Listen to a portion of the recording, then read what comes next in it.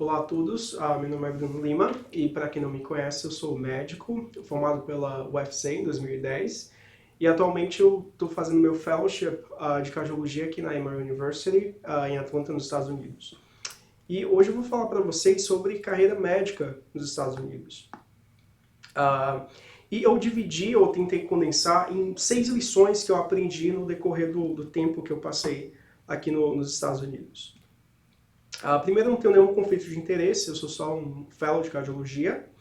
E para começar, acho que um ponto interessante é que sempre assim, quando alguém me pergunta, sempre quando eu digo assim, tipo, eu sou médico, que eu sou, enfim, na época que eu fazia residência, na época que eu estava fazendo residência aqui nos Estados Unidos, então todo mundo pegava e me perguntava, nossa, então é que nem Grey's Anatomy e tal. Tem outras pessoas que têm uma visão diferente, acho que é tipo, médico aqui nos Estados Unidos é tipo o Dr. Ray, né, enfim, que é podre de rico e tal, ou então que é super acadêmico, né, que ganha aí, enfim, tipo prêmios, né, tipo prêmio Nobel e tal, essas coisas assim do tipo, né, enfim. Não é nada disso, né, na verdade a residência e a carreira médica aqui nos Estados Unidos ela é muito, muito dura, né, então e fora isso, assim, e essa é uma lição importante, assim, que vocês têm que aprender, é que a carreira médica nos Estados Unidos, ela não é para todo mundo, infelizmente. Isso acontece devido a vários problemas, vários fatores, como, por exemplo, barreira de comunicação, né, enfim, a parte da língua, a parte da cultura, nem todo mundo se adapta. Por exemplo, eu morei em Pittsburgh, que era uma cidade muito, muito fria no inverno. E era bem, sabe, era bem complicado. Outro ponto também tem a ver com o fato de que se você sai do Brasil, né, e se muda para cá, você acaba perdendo todo o suporte social que você tinha, né, toda a sua família, amigos e tal. Tudo isso você acaba deixando para trás. Isso é uma coisa também muito, muito difícil, muito dura, né?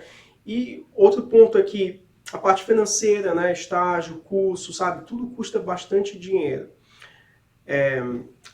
A formação médica aqui nos Estados Unidos também acaba levando bem mais tempo do que no Brasil. Por exemplo, uma residência de clínica médica, que no Brasil dura 2 anos, aqui duram 3. Por exemplo, neurocirurgia no Brasil, se não me engano, acho que duram 4, são 5 anos, aqui duram 7. Enfim, tudo aqui demora bem mais tempo do que o normal, né? Daí vem aquela velha máxima do Hipócrates, que dizia que a arte é longa, mas a vida é curta. Isso tem aplicabilidade total aqui nos Estados Unidos, né? Outro ponto é que muita gente desiste assim no meio do caminho, né? Por conta dessas frustrações, né? A questão financeira. Então, assim, tem gente que faz tudo direitinho, tem todo o apoio da família, mas acaba falhando em uma das provas.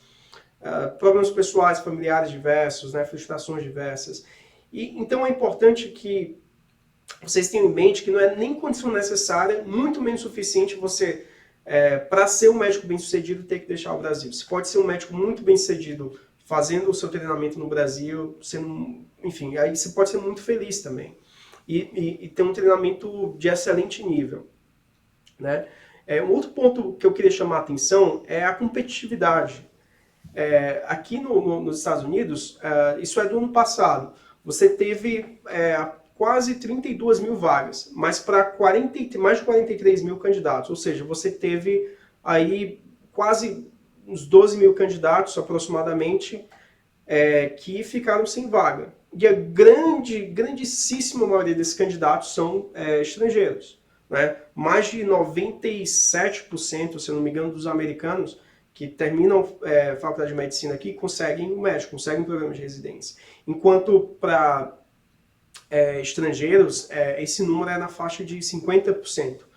Ou seja, é quase como jogar uma moeda para cima, né? Agora, a gente vai falar mais na frente sobre como maximizar as suas chances de vir para cá. Apesar de ser muito concorrido, se você tiver boas notas, se você tiver boas referências, se você tiver estágios e tudo, né? Então, assim, você consegue elevar bem esse número.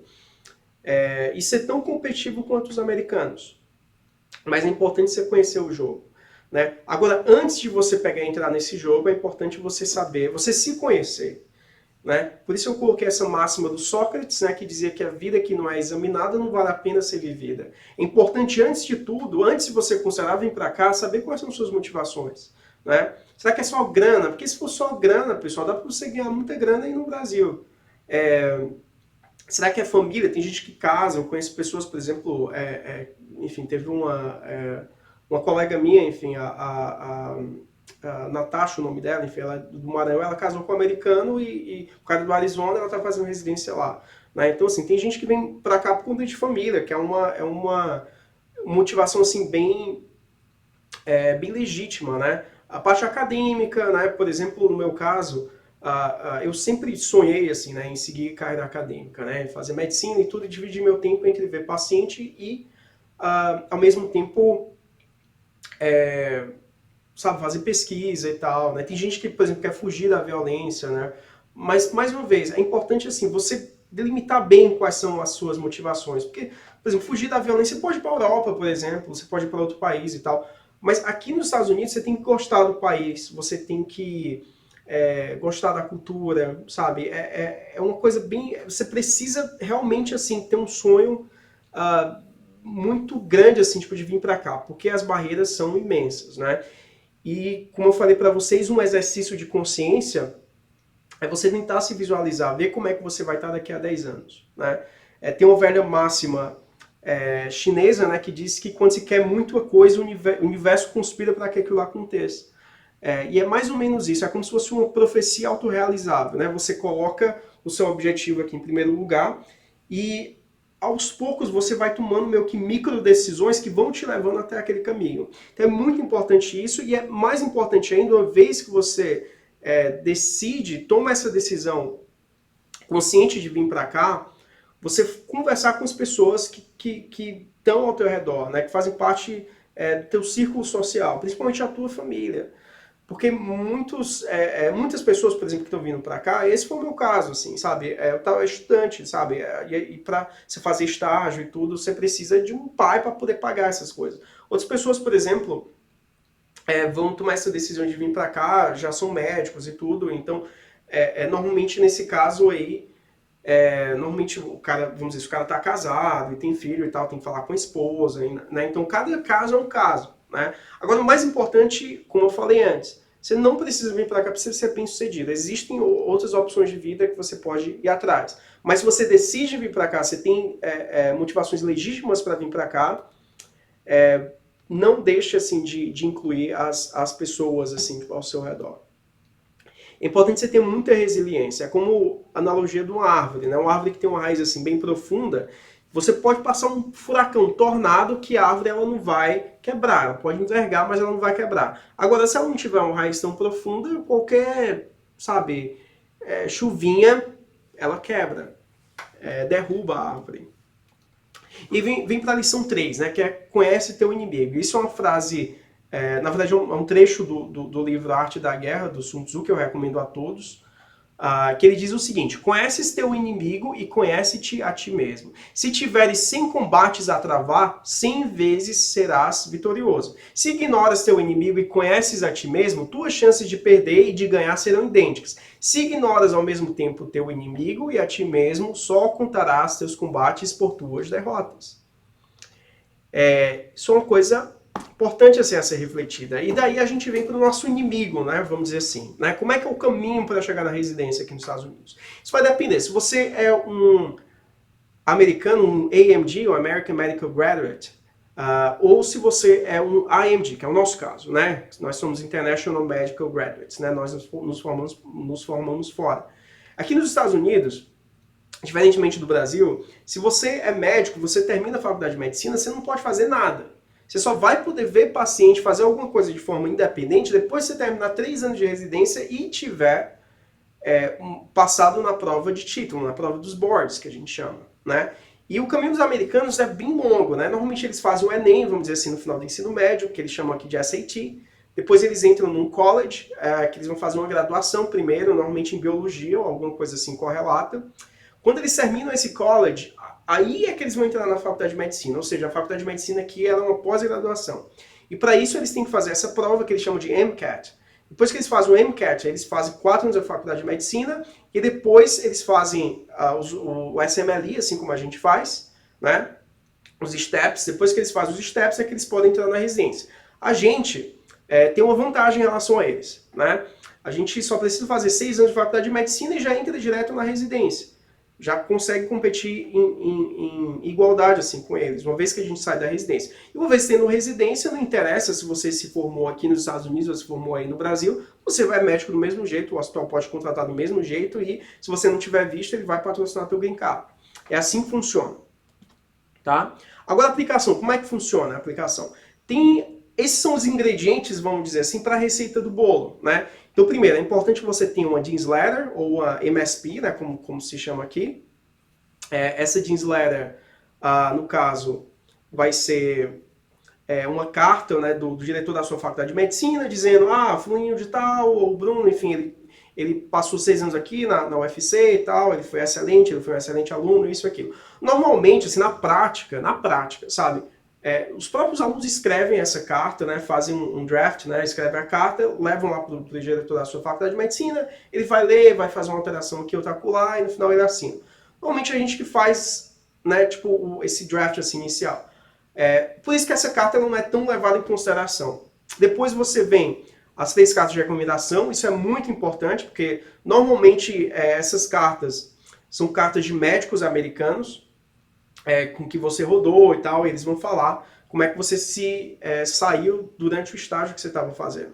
Claro que uma dessas cartas é possível, né, que se você não tiver as 3 cartas americanas, você pode pegar um professor do Brasil e pedir para escrever essa carta. Agora, como é do Brasil, normalmente essa carta não vai ter muito peso.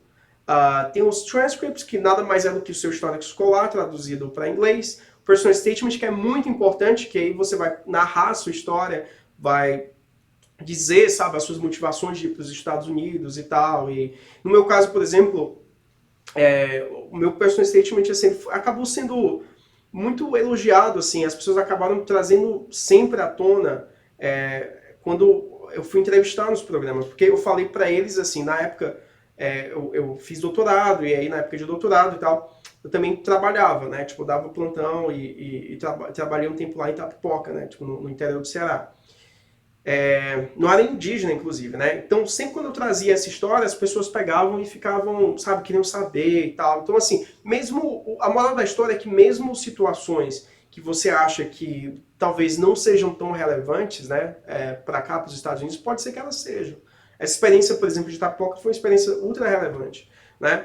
O seu currículo, né, que você vai colocar, o pessoal gosta muito de encher linguiça, sabe? Botar, eu fiz, sei lá, eu fiz parte do PET, disso, aquilo e tal. Essas coisas normalmente não interessam. O que interessam são, como eu falei para vocês, estágios aqui nos Estados Unidos e trabalhos publicados em revistas indexadas no PubMed, ou então alguma apresentação de trabalho internacional que você tem, alguma premiação científica. Essas coisas normalmente interessam, mas de resto, assim, as coisas normalmente não são muito levadas em conta, não.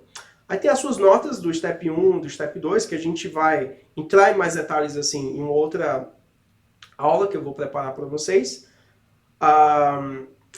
E é basicamente isso. Esses são os ingredientes. Isso é o que você precisa, né, para vir para cá.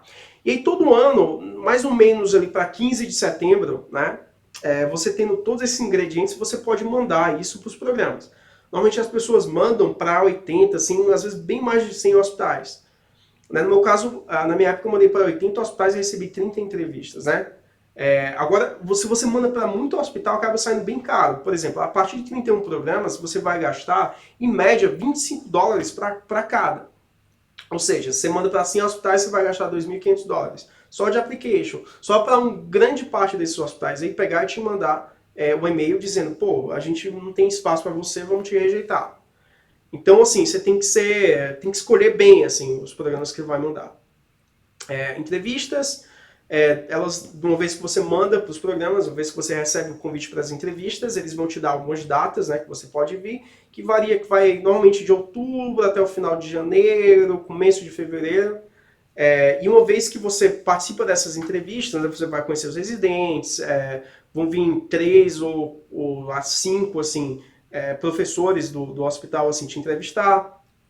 E aí você vai meio que tentar se vender, enquanto os programas vão tentar vender eles, né? Tipo, eles querem que a maior quantidade possível de candidatos que eles chamaram para a entrevista, né, queiram fazer parte do programa deles, né? E aí, uma vez que termina o período de entrevistas, você entra no site e você vai fazer a sua lista de programas que você quer. e é um programa que a gente chama de, no final das contas, vai ver se houve o casamento entre o programa que você quer, né, no lugar que você quer e tal, e o programa, enfim, tipo, vai casar os candidatos que os programas querem, né. E ele funciona, assim, é um processo que parece assim, meio complicado, mas no final é bem simples, você simplesmente vai ranquear por ordem de preferência o programa, e aí o programa, e o software, por exemplo, ele vai tentar olhar naquele primeiro programa que você colocou, se você está dentro das vagas. Se você não está, tchau, vamos pular para o segundo. Se no segundo você está, beleza. Se não está, pula para o terceiro. Se no terceiro você estiver dentro das vagas deles, pronto, você marchou na sua terceira opção. É mais ou menos assim que funciona. Tem alguns detalhes assim específicos, mas eu acho que isso vai além um pouco assim do escopo dessa aula. E voltando assim para as provas, né? Tipo, uma vez que você tem todas as provas, né? O Step 1, que vai ser a prova mais difícil no caso, porque é a prova que vai levar em consideração os 2 primeiros anos de faculdade, né? De medicina, que tem toda aquela coisa de anatomia, fisiologia, farmácia. Tem gente que tem pesadelo até hoje, né? Com essas coisas. E essa é a prova inicial, depois tem o Step 2, e o Step 2 ela é dividido em CK e CS, né, o CK de Clinical Knowledge, que ela é que nem o Step 1, sim, que ela é bem mais tranquilo pra gente, normalmente porque você vai ter aí, assim, matérias como clínica médica, cirurgia, pediatria e tal, são as mesmas matérias que a gente está acostumado a ver para a residência médica aí no Brasil. E aí tem uma outra prova também, uma outra prova para o Step 2 que eles chamam de CS, que é o Clinical Skills, né?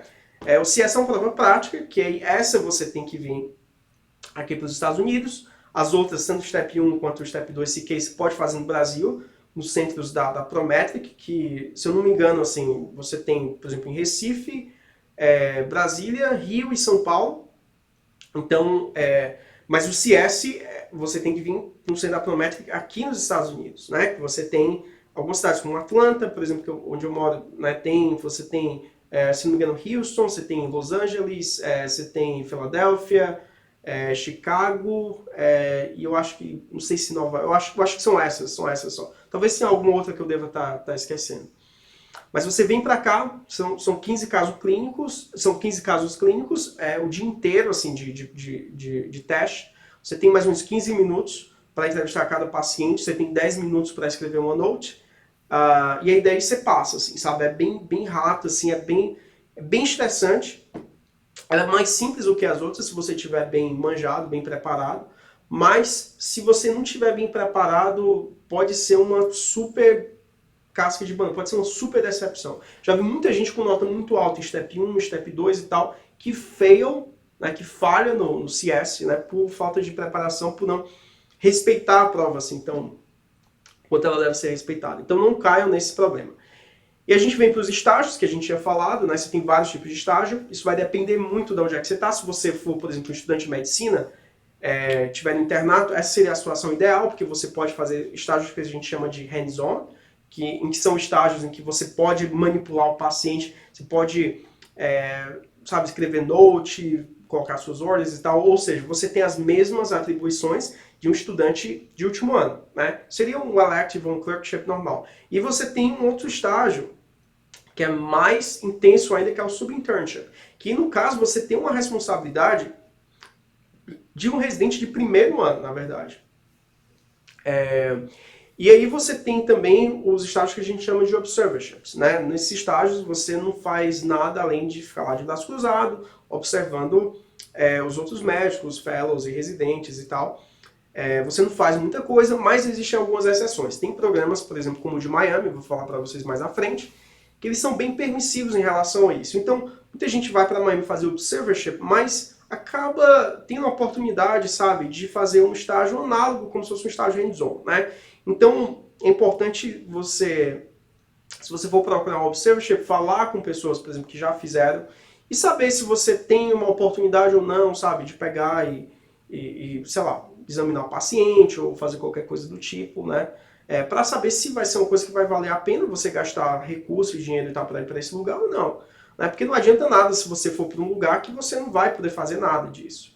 Né? Porque como é que você vai conseguir uma carta? Né? Então esse é um ponto importante a ser observado.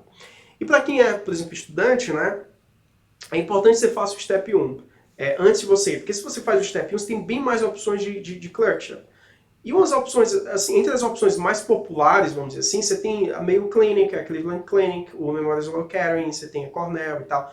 Agora, se você não tem um Step 1, aí complica para você vir para cá para fazer um estágio hands-on. Mas existem ainda alguns programas como Yale, como Harvard, que eles dão essa oportunidade para quem não tem o Step 1 de fazer esses estágios. Sendo que eles cobram tuition muito caro, né? Eles cobram, por exemplo, Harvard custa mais de $4.000 por mês que você passa aqui. É muita grana. Em contraste, por exemplo, com a Mayo Clinic, que são $100, $150 que você paga na inscrição e é só isso, né? Então, assim, façam Step 1 se vocês quiserem vir para cá para fazer algum estágio hands-on, né? Para quem é formado, você não tem muita opção, você acaba tendo que fazer algum desses observerships. Tem programas de observership, como por exemplo o Jackson, que eu recomendo muito. Tem outros programas, por exemplo, a Cleveland Clinic, se eu não me engano, ela tem um. Tem o Allegheny General Hospital, que é o hospital de Pittsburgh, né, que tem. Tem várias opções, né? Tem outras que o lugar nem abre, mas às vezes o cara conhece um professor, alguém lá do hospital, e o cara, enfim, escreve uma cartinha e você acaba podendo ir lá fazer seu estágio. Tem coisas assim meio informais também, né? Mas o negócio do observership aqui é mais difícil, assim, sabe? Você tem que ir bem atrás disso aí, né? E como é que você consegue isso aí? Você tem normalmente que ir atrás lá do site, do programa que você quer, e normalmente eles têm uma seção no site específica, né, para estudantes internacionais e fala de estágios e tal. E lá eles vão colocar os requerimentos, né? Você vai atrás de fazer as provas que tem que fazer, TOEFL e tal, essas coisas, né? E é interessante que você vá atrás disso aí de 3 a 6 meses antes de você aplicar, né? E normalmente o que eles pedem são Step 1, TOEFL, né? Um personal statement, assim, bem simples. Uma Jeans Letter, essa carta do diretor, mas sendo que eles dão um modelo, é só para dizer que o diretor da sua faculdade está de acordo com você fazer esse estágio fora. Pede um Health Insurance, que é tipo um seguro de saúde. Normalmente esse seguro de saúde de viagem, por exemplo, da STB, enfim, essas coisas assim, você consegue, eles aceitam isso aí, né? Então você pode comprar na internet também, não é? Normalmente é meio salgadinho, assim, sabe? Agora, o preço deles. Agora, o Malpractice já é mais tranquilo, assim, você também consegue comprar online. Vacinas, eles dão um formulário, você pode levar isso para o seu médico particular, entendeu? E ele assina, eles aceitam isso aí, assim, tranquilamente, não tem nenhum problema não.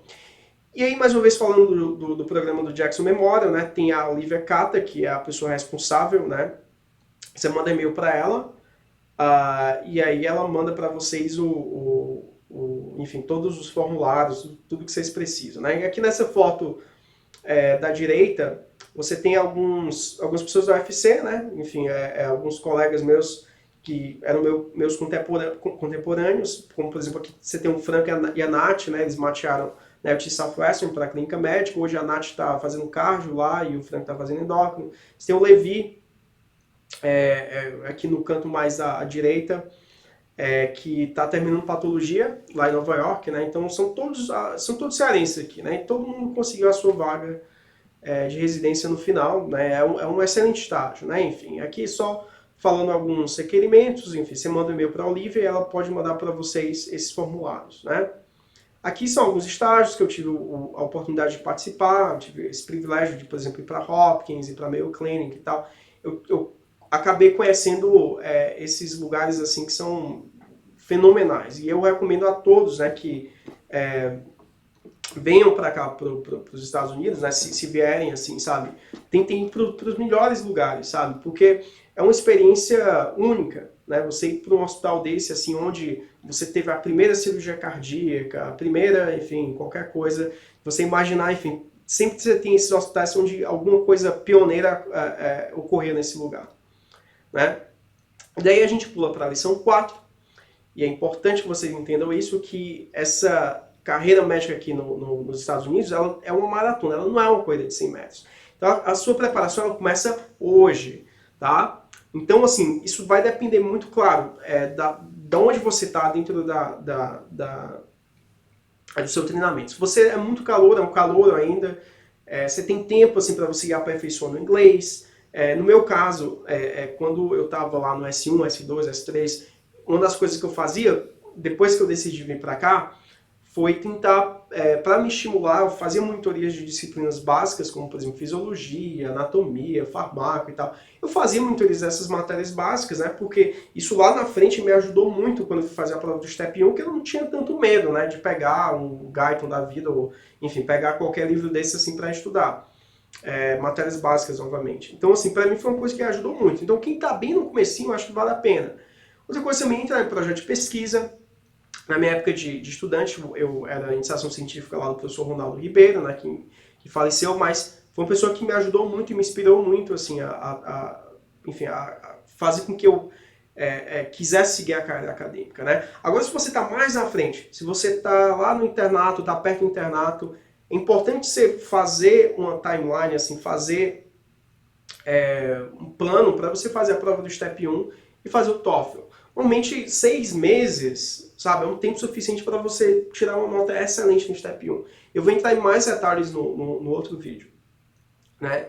E fazer o TOEFL. Isso vale também para quem já é médico, né? Por exemplo, eu tive um colega meu que terminou, assim, recentemente Aliás, esse meu colega, o Neyberg, por exemplo, ele já era cardiologista no Brasil, o cara se formou, enfim, já tem 10 anos praticamente, e fez residência de clínica médica, de cardiologia no Brasil e tal, era cardiologista aí, tinha um consultório, trabalhava em vários lugares e tal. E decidiu vir pra cá com família e tudo, né? E quando ele me procurou há uns 2 anos e pouco, enfim, tipo, há uns 2 anos e meio atrás, 2 anos e meio atrás, eu falei pra ele, olha, Neyberg, é o seguinte, acho que o divisor de águas é o Step 1. Então, esqueça estágio de qualquer coisa. E se foca só no Step 1. Passe 6 meses, estude para o Step 1, faça. Se você conseguir tirar uma nota muito boa no Step 1, isso é um sinal, sabe? Que você deve realmente pegar, seguir em frente e tal, e continuar o processo. Porque uma vez você tem no Step 1, as outras coisas se tornam bem mais fáceis, tá? E é isso que você deve fazer, focar, Step 1, TOEFL, e aí depois que você tiver o seu Step 1, aí você vai atrás de estágio, você vai se planejar assim, financeiramente para saber quanto tempo você pode passar, quanta grana você tem para gastar, né, para se poder fazer estágio, essas coisas assim do tipo, né? E assim, falando um pouco da minha trajetória, né, enfim, eu entrei na faculdade de medicina em 2004, e, enfim, como eu falei para vocês, fiz várias monitorias e tal, pesquisa, fazia tudo isso aí. E aí, quando chegou lá na frente no internato, eu tive a oportunidade de fazer estágios nos melhores hospitais, o Brigham, Hopkins, Memorial Sloan Kettering, o UPMC. E aí eu terminei a minha faculdade de medicina em 2010 e, como eu sempre fui apaixonado por pesquisa, eu acabei entrando no doutorado direto. Eu pulei o mestrado e entrei no doutorado direto. Fiz o doutorado em farmacologia na UFC. A minha orientadora era a professora Gerliane, e eu tinha como co-orientador o professor Ronaldo, né? Acabei fazendo um período de sanduíche no Rio, e depois desses 4 anos, assim, eu defendi minha tese em maio, em junho eu já estava começando a residência, fui para o UPMC, para quem não conhece o UPMC, todo ano ele é eleito, assim, tipo, tá entre os 10 melhores hospitais dos Estados Unidos, é um hospital fenomenal, vários assim prêmios Nobel, por exemplo, o cara que o Philip Hent, por exemplo, o cara que descobriu o cortisol era de lá, o cara que descobriu a vacina da polio, né, que era o Jonas Salk, por exemplo, era de lá, o cara que conseguiu inventar criar ABC, né, tipo da reanimação, né, o Peter Zafar era de lá, o primeiro programa de medicina intensiva, né, tipo, era de lá. O primeiro transplante hepático, né, tipo, foi do Thomas Stasio, né, que era um cara de lá. Então, assim, é um hospital fenomenal, assim, eu passei anos excelentes, assim, tipo, da minha vida lá. E um problema de Pittsburgh é que é uma cidade muito fria. E aí eu resolvi acabar, não só por isso, por vários motivos eu acabei vindo para Emory fazer cardiologia. E aqui é um programa excelente, assim, na cardiologia. É um programa fundado pelo o Dr. Willis Hurst, né, que ele também tem uma das bíblias de cardiologia, né, que se chama Hurst Cardiology. Você tem o primeiro stent, né, que foi colocado por um cara chamado Andreas Grunzig, que é daqui. Você vai, por exemplo, tem o Cath Lab, né, assim, tipo o número 2, né, tipo o lugar lá para fazer cateterismo, né, a sala de cirurgia lá do cateterismo. Tem a sala número 2 aqui, você tem uma plaquinha dizendo que aqui foi colocado o primeiro stent. foi colocado primeiro stent aqui, etc. Então é um lugar muito bacana. Você tem pessoas lendárias aqui te ensinando assim, coisas de cardiologia, né? E você vai falar com um cara, por exemplo, sobre eco, etc. Tal, aí você tem um cara que inventou uma técnica, sabe, de eco, ele é o cara que está te ensinando. Sabe? É fantástico, fantástico, né? Então, é isso. E daí a gente vai para a lição 5, né? Que sozinho não chega a lugar nenhum. É muito importante que você tenha, como eu falei anteriormente, suporte social, família, amigo. Sem isso, não tem como você vir para cá. Não tem. Sem família apoia é muito difícil, né? Portanto, você tem role models, mentores, né? Por exemplo, eu tive alguns role models, né? Como o Dr. Brown, quando eu estava lá na Harvard estagiando, eu pude passar um mês assim no serviço dele da cardiologia e conviver assim com ele, assim, na época ele já estava velho, hoje ele está bem gaga, assim, mas foi uma experiência fantástica, né? Algumas pessoas, por exemplo, que me inspiraram na época de estudante, né? Um foi o Miguel Ângelo era bem mais velho do que eu, mas como eu estudava no 7 de setembro, na época eu fazia a Olimpíada de Química, ele dava aula de Olimpíada de Química, e aí eu acabei convivendo com ele, assim, e foi uma das pessoas que me inspiraram muito, né? Foi a primeira pessoa que eu vi que realmente saiu do Brasil, sabe? Que eu vi saindo do Brasil e vindo para cá para fazer medicina e tal. Eu vi que era possível aí. E depois veio esse outro cara, que é o Antônio Jorge, que é inteligentíssimo, assim, o cara fala fluentemente alemão, francês, espanhol e tal. O cara é fantástico. E da UFC também. Conheci ele meio que por acaso e tudo, também bem mais velho, mas ele foi o cara que me ensinou o caminho das pedras, né? Então, assim, tudo que eu tô falando para vocês aqui hoje eu aprendi com esse cara. E ele fez, no ano que ele prestou para cirurgia plástica, né?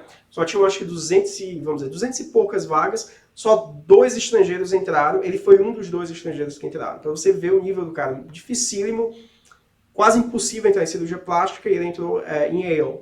Hoje ele é professor da Mayo Clinic, né? O cara muito, muito bom.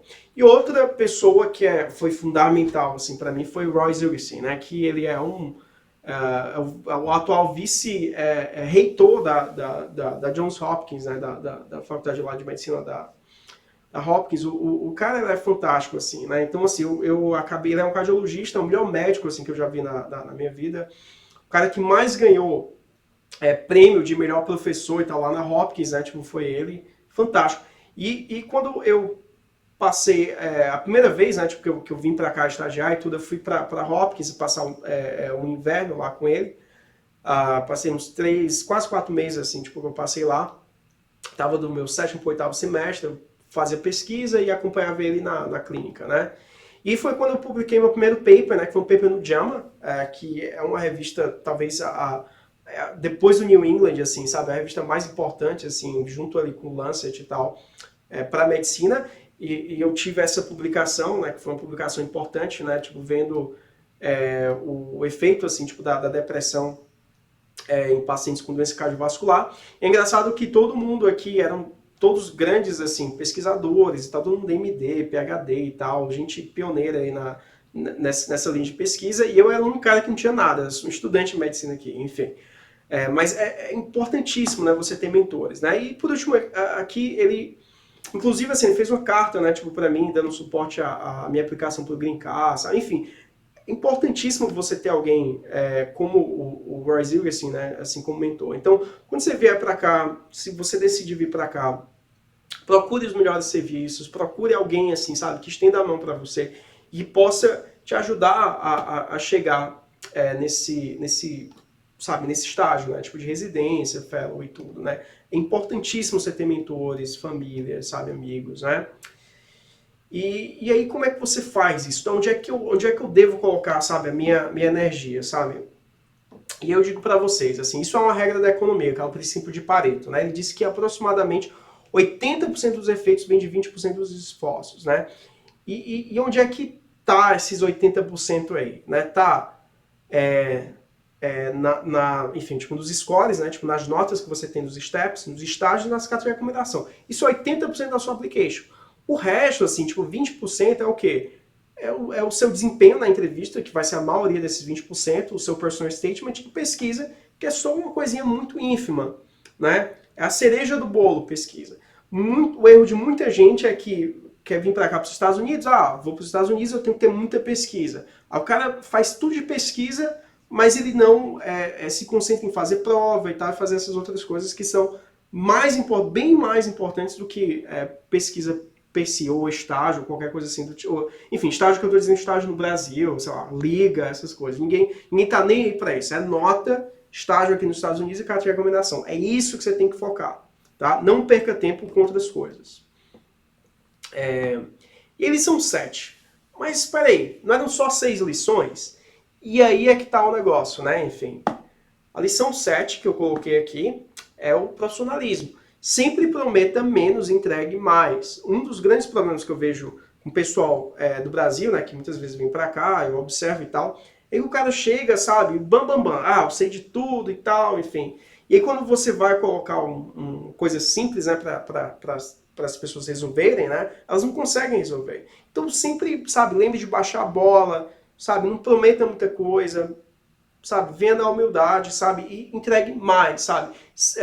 A avaliação que a gente dá para estudante de medicina, ela é baseada muito mais nessas atitudes, sabe, do que em relação à parte de conhecimento per si. A gente quer saber, sabe, quem é o cara que tirou que tem uma boa avaliação, é aquela pessoa que chega mais cedo, que sai mais tarde do que todo mundo, é a pessoa que é pau para toda obra, sabe? Isso é que é importante, é muito, muito, muito importante. Mais do que, sabe, o cara pode saber de tudo, sabe? Qualquer diagnóstico diferencial o cara pode saber, mas isso não adianta se você não tem profissionalismo, tá? Então, lembre disso, ok?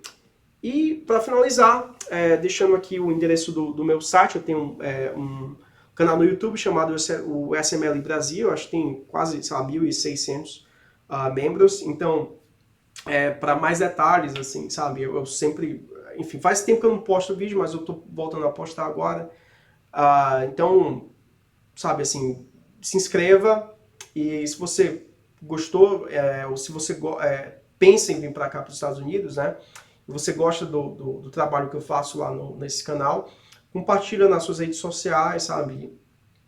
E é isso, eu vou ficar por aqui, pessoal, e a gente continua no próximo vídeo sobre Step 1. Um abraço.